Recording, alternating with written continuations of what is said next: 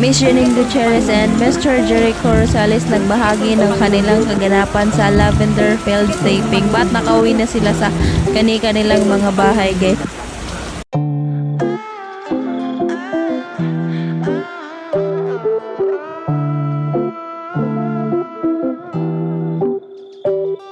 So ito nga yung shinare ni Miss Janine Gutierrez. Just finished work for the day. More about Lavender Fields coming to you soon. Can't wait to share. So ayun, nakauwi na siya sabay.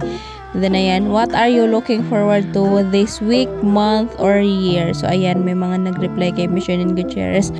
And sa question niya na yan, guys, may pa-surprise si Miss Janine Gutierrez. So ito yung kanyang add yours. Nag-add yours din siya sa kanyang tanong. So ayan, have some super exciting news to share with you tomorrow. So ayan, yun yung shinare niya, guys. Abangan na lang bukas kung ano yung isi-share ni Miss Janine Gutierrez.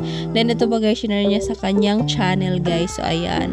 So ayan yung kaganapan nila habang umuulan sa kanilang location sa Lavender Fields taping. And ito naman yung shinare ni Mr. Jericho Rosales. Salute to the hardworking men, women, and kung hagong kayong of hashtag Lavender Fields. Iwan po sa Mr. Jericho Rosales. So ayan yung caption niya, guys, sa kanyang shinare na video habang nagtitaping sila kanina, guys. Maulan nga. Nag-share din si Miss Janine Gutierrez na last take na niya kasi it's raining, hindi okay yung panahon sa kanilang location kasi nga umuulan. Ngayon, yung nasuntok mo yung sarili mo sa fight scene. So, sino kaya kasuntukan ni Echo sa scene na yun, guys? Well, abangan na lang, Lavender Fields, malapit na daw nilang i-share, guys.